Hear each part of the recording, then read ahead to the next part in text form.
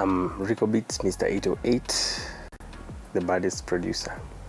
I produce music, meaning I make beats, I do audio recordings, and I do mixing and mastering and arrangement.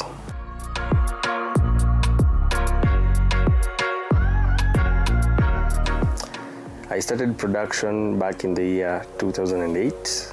Back then I was in Standard 8. And I started on the 8th month of the same year. I was also born on the 8th day of the 8th month, hence the name Mr. 808. So I've been producing for about 12 years, but 6 years professionally.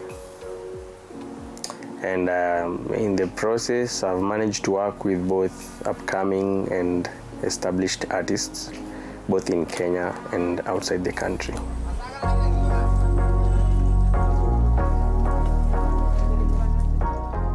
It was challenging because I had to balance between school, basically doing homework in the evening and making beats, but I could get my dad's laptop and sneak into the room and make something.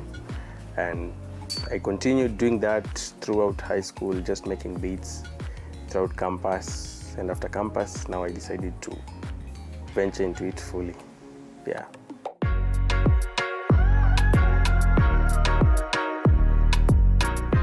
When I used to listen to music at that time, I used to get so interested in knowing the composition, of like how a beat comes to be, the vocals, how they get to be recorded, and now the whole thing being wrapped up, So out of curiosity, I decided to do some research and just find out about these softwares. And I got one from a friend, my classmate in class 8, and that's how I got to start.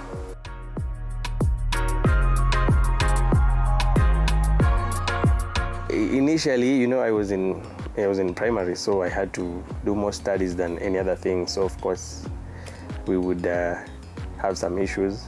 But now after campus is when everyone actually felt like this is what I wanted to do, because I set up the studio and got the equipment, and from then, they've always been supportive.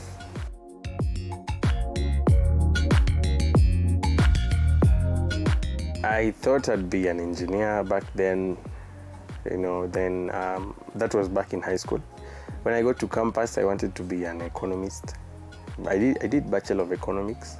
I still applied that knowledge anyway, but later on I felt like the calling was more on the other side of music production. I just decided to pursue my talent and commercialize it, and that's how I started my studio.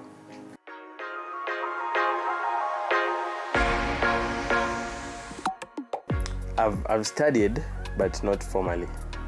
I've done ebooks, I've done online classes and research here and there, I've met engineers in their studios, always learning every time, and that's how I've got to be where I am today.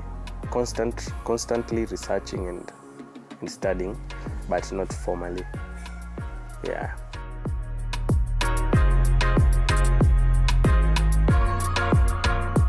Well, if you have the opportunity, you can go. For me, if I go, I'll be going to do something more advanced in the same field, that is. Maybe something with the film production and sound. Yeah, but you don't have to go to school so that you can get this, Yeah, but if you have the chance, just go.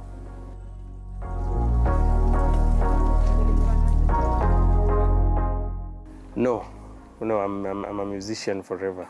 This is something that is inborn. I cannot betray it. Yeah.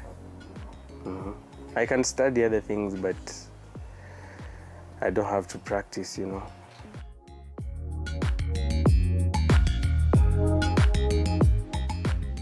Firstly, initially it was the challenge of getting, the capital to buy this expensive equipment. But then I came to come up with a strategy that helped me raise a good amount of money, and I got them. Another challenge is,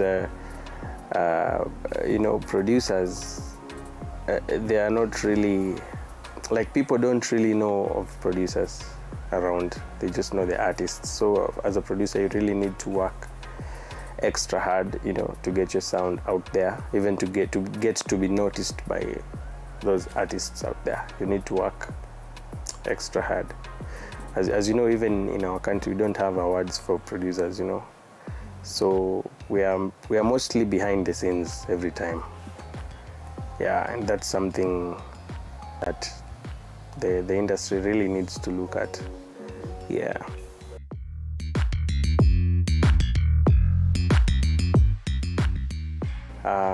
Fortunately for me, I'm very good at these online platforms, you know, social media, and that's how I got to really put my brand out there through the Instagrams, Facebook, YouTube, SoundCloud, Twitter, all those. Yeah, you really need to be everywhere. And I also have a website where I'm able to sell my services outside the country. So you really need to go extra hard. You need to push yourself and have all these platforms active, you know, running every day, marketing yourself. Yeah.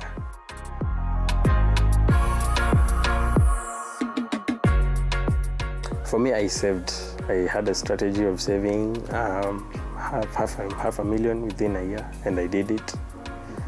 And I started by buying some equipment, getting the studio space, and now I'm actually moving out to a bigger space within the next 1 week. So constantly working and saving. Yeah.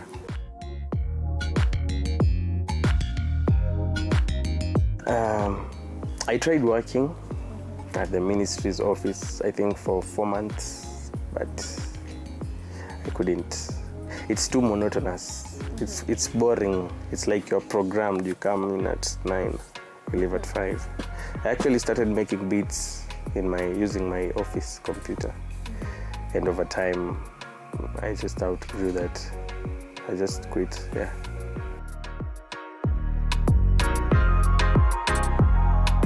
Yes, you know, when you do something and you don't enjoy doing it, then I think you need to pay attention to that, because it means you probably belong somewhere else that maybe you don't know. You just need to search.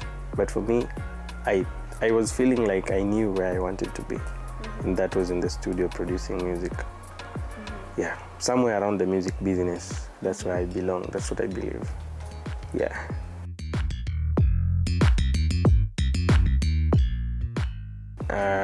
Okay, 2015 to 2016. Yeah, because in 2015 I remember I got to work with one mainstream artist. The first one, that was KAKA. He actually brought me to the mainstream, and you know, every other thing is history. So I worked with him that year, and in 2016 I worked with Calligraph Jones, and we did the Mazishi track, and from there everything has just been working right for me, you know. Yeah.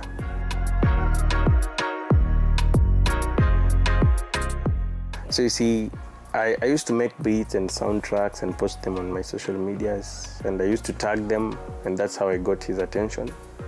He listened to the beat. He actually sent me an email telling me to call him on that day, I remember. And from there, he got the beat.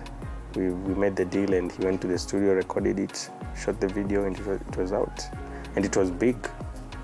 I made the soundtrack out of just pleasure, you know. I was just having fun and played with the beats, and he got to like it, so it was a good thing for me, though. It's called Gera Rahia by King Kaka. I took this soundtrack, some funny Nigerian comedian. Just played around with his vocals and put the beat and tagged Rabbit. It was called Rabbit back then. Then he got a vibe to it.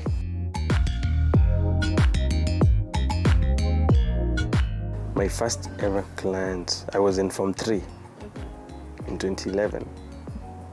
I delivered, they recorded and performed the song in the school cultural night, I remember, and it was a success. Everyone in the hall was like, Ricco, you know, and I was not even the song, I just produced it, but I was like, it was like it's me who even did the vocals on it, you know.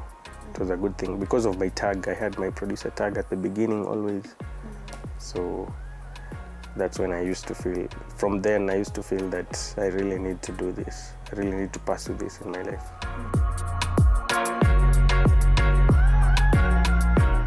See that session that I did in 2011, the guys bought the beat for 1,000 bob. And I used it to buy bread back in high school because I was in Form 3. Yeah, it was some money. That was the first ever payment I ever received from my production services in 2011.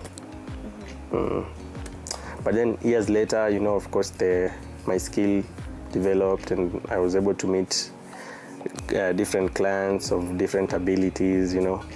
I've even done projects for over 50 Gs up to now. It's a journey, you know, it's a journey. Yeah, looking forward to getting bigger in future also.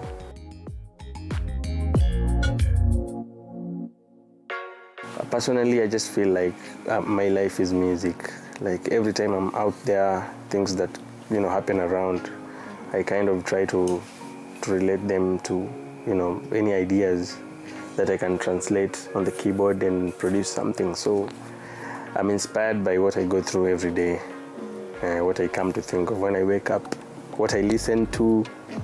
Yeah, just the environment around me inspires my production.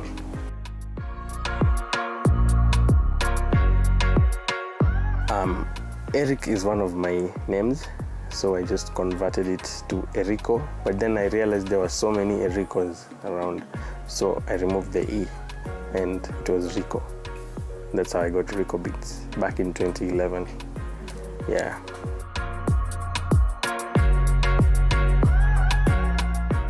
I think in Nairobi, everyone has to be conned at some point. If you have not been conned, just know your day is around the corner. For me, I was in first year at the University of Nairobi main campus. I was at the School of Economics. Some guy just played some trick on me and phew, my laptop was gone with over 50 beats that I've never recovered. But anyway, you know, we always live to make better ones every day.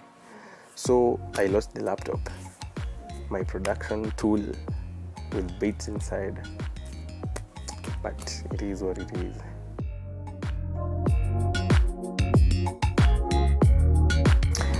Yeah, you just, as a producer, you just need to stick, you know, to stick to your creativity, just create from scratch. You can sample beats, but you know, if you sample, then you need to get clearance from the sample owners. Yeah. And if someone copies your stuff, then you need to be protected. Register with the relevant bodies, just to be safe out here, you know. Yeah.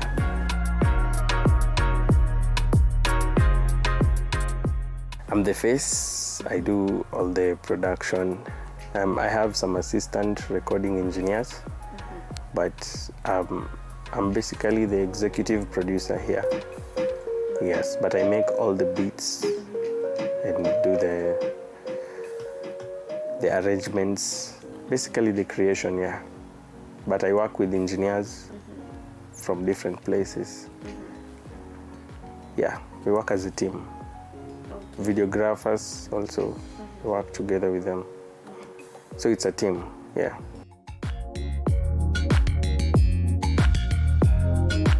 Definitely, anytime soon.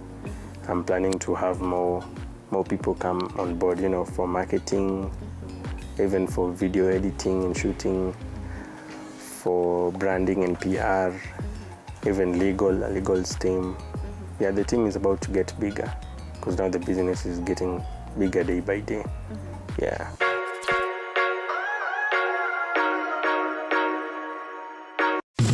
When the clock strikes 7:30 p.m. every Monday, it means it's time for... The biggest challenge of starting a business in Kenya is the layers of licenses you need to pay. The Grind. We tell you the do's and don'ts of business.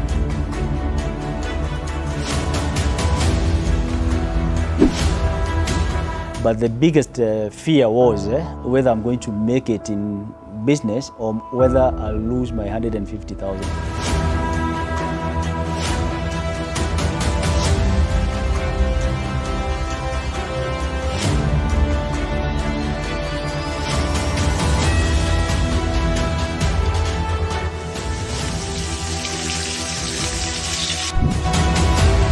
I say business is not about how much capital you have. The Grind, every Monday at 7:30 p.m.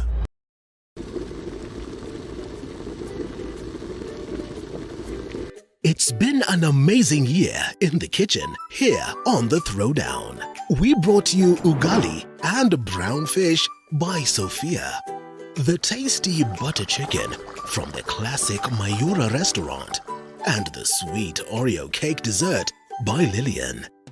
This year, we bring you bigger and better from more mouth-watering meals, kitchen hacks, restaurant reviews, and even street foods. Tune in to the Throwdown every Sunday at 6:30 p.m.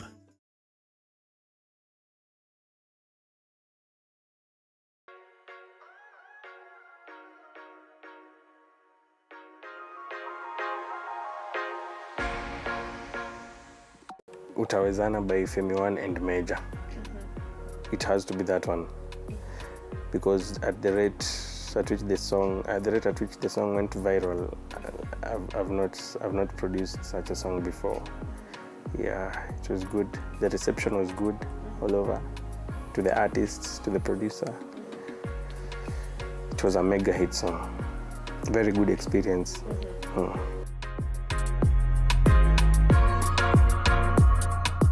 Okay, FEMI and MEJJA came into the studio, then MEJJA presented the idea, then, you know, they did the writing, MEJJA did it, FEMI contributed. It was a very good session. It took 1 hour maximum, and we were done with everything. A very short session, but a killer one. So from the time they gave me the idea, I just felt like this was a big song. However, we couldn't tell that it would be that big, you know. We just felt like it would be a hit song, but just like the other songs that they've done before. But now the reception was a bit bigger than we expected. Yeah. You know, some of these vibes, you feel them in the studio before they go out there. So this was the song that we all felt like it was going to be big. And it actually was bigger than we expected.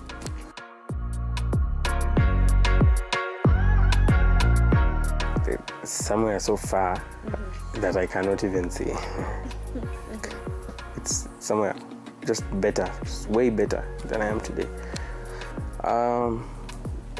Record label, sign up some dope artists, young artists, and develop their talents. And of course, my end goal is just changing the society in a positive way through what I do.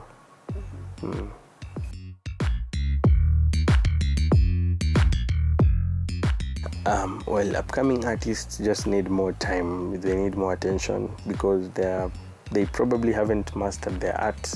So you need to guide them in like every step, from the recording to the delivery, how they deliver, to the marketing. When it gets to that point, they don't know what to do. So you have to go step by step with them.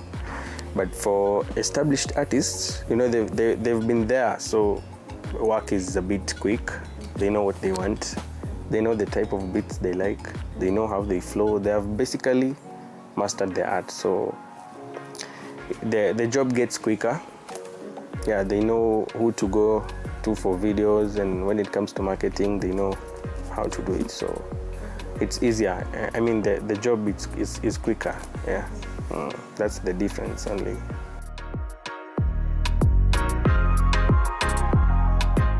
I used to have them. I think they got tired because I never sent them any free beats. They need to understand that this is my job, and if they want to do music business, then you know you have to spend it for you to get it back. So there's nothing like free beats. Nothing for free. Nothing that comes for free ends up being a good thing to you. So I don't think it's a good thing if I give out free beats, even though occasionally I give artists free beats on my YouTube, you know, for those who cannot afford. But then it's promotional. It's not just for free. It will have the tags at some point. But that's different. You know, that's me who decides to give them the beats, not them asking for free beats. Because it's a business anyway. You have to invest in your craft, and you will see the difference. And then you see some artists are very talented, but they don't have the studio fee. So if you as the producer, you are convinced in a certain talent, then you can just have them in, you know, do some paperwork and then produce for them. Then maybe later on, when they start getting some money from the music selling shows, you can start getting a check from there. Yeah, it happens. But now you see, that's not a free beat, because at some point the artist will start paying back for it. Yeah, so it's not for free as such.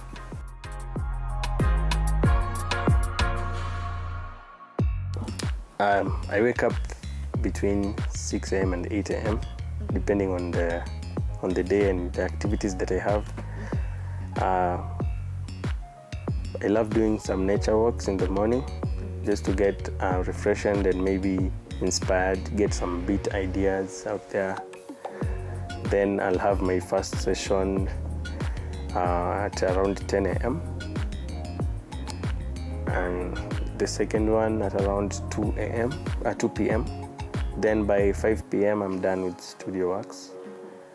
So at night I just relax, I listen to music. I can shoot my beat making videos during that time. Sometimes I go play FIFA. I'm a fan of PlayStation. I'm so good at it equally. Swimming occasionally. Yeah, and I really have to have a lot of time for myself so that I can focus and think of what I'm planning to do, you know, plans, this strategy. I don't like to come off the path at any point. I don't like to have distractions.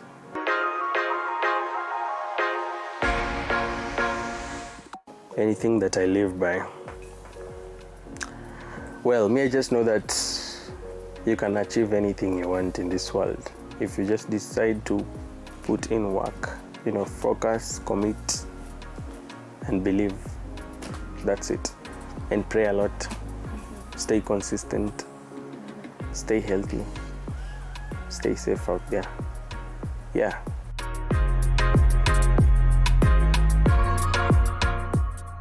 Definitely, most businesses face it rough. For me, I decided to venture more in the online platform, you know, like I could make beats and sell them to my clients out there, not necessarily recording people here. So yeah, the online platform really helped me to keep going and keep my incomes check, you know. Yeah, but it was tough.